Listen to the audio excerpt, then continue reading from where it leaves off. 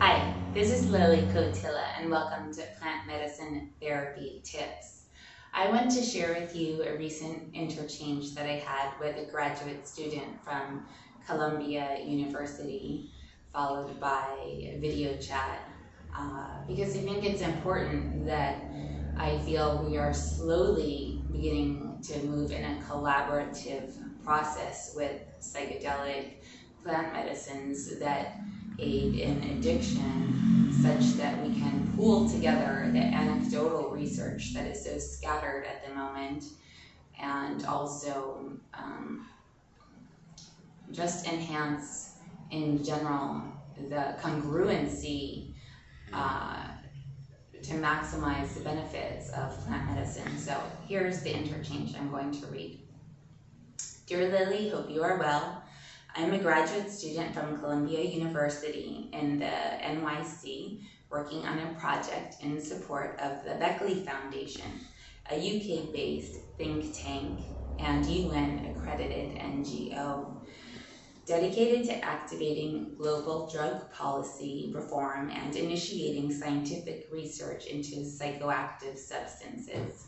An ultimate goal of our work is to facilitate the reforms and build the market infrastructure so that to enable patients to unlock benefits of psychedelics in treating mental health disorders. For now, I am trying to understand market needs and major challenges of medical professionals when it comes to psychedelic integration therapy. It would be hugely beneficial for me if we could have a chat about your experience. So that was the email that I first received from her. And then we interacted, and it just felt really amazing to connect with someone who wants to move in a progressive direction, because there are some real gaps in the medical community with respect to psychedelic substances and people going out of the country in order to get treatment. And these gaps are causing unnecessary issues on all ranges of the spectrum. So if we can work as a team to blend Western and indigenous, tribal, and or Eastern medicine to bridge that gap, it would just be so helpful for the addict suffering, the person with PTSD suffering, the person with depression. If it was more of a collaborative practice among medical professionals as well as psychological professionals, it's really a teamwork approach. So blending fields is important from that angle, as well as having dialogue and commentary between doctors in, let's say, the United States, where Ibogaine is not available, and doctors in Mexico, for example. Well, I'm going to read the email that I responded to her, which was a recapitulation of our conversation, at least the highlights of it. So I responded after we spoke.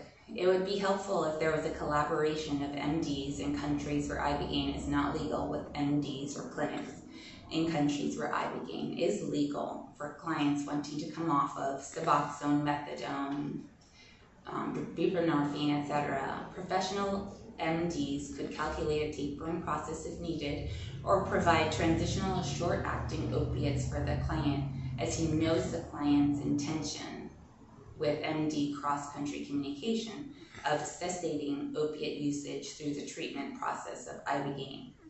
There used to be an MD in LA who was extremely collaborative, and we had a handful of clients who were able to use morphine to come off of, to transition whatever they were on, arrive clean. Because the problem is, when people think they were just doing heroin, it can now be easily cut with fentanyl and or then meth gets thrown in, and you have added days you have to wait prior to the Ibogaine process. It just becomes really messy, and it could be really simple if there was this medical collaborative process.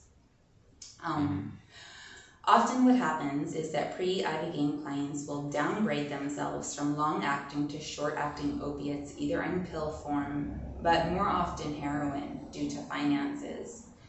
The street drugs, there's also kratom and other routes that people take to try and taper off so that they can have an Ibogaine transformational experience.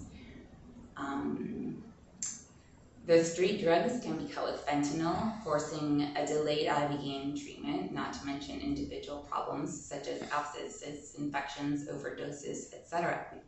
To repeat, I think another major asset to enhance Ibogaine's benefits, if incorporated into an Ibogaine treatment process, would be to create a replicable therapeutic process grounded in elements of already existing research-based and supported psychotherapy for trauma, addiction, and PTSD, such as eye movement desensitization reprocessing, basic structural format with some alterations of Susan Johnson.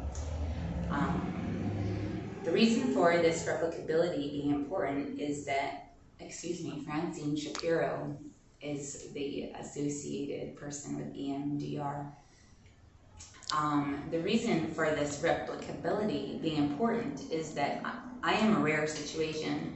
With my education and years of experience, my hourly rate equivalency is $150. This is unaffordable, perhaps by choice or not. For many clinics, if the psychotherapy guide to the Ibogaine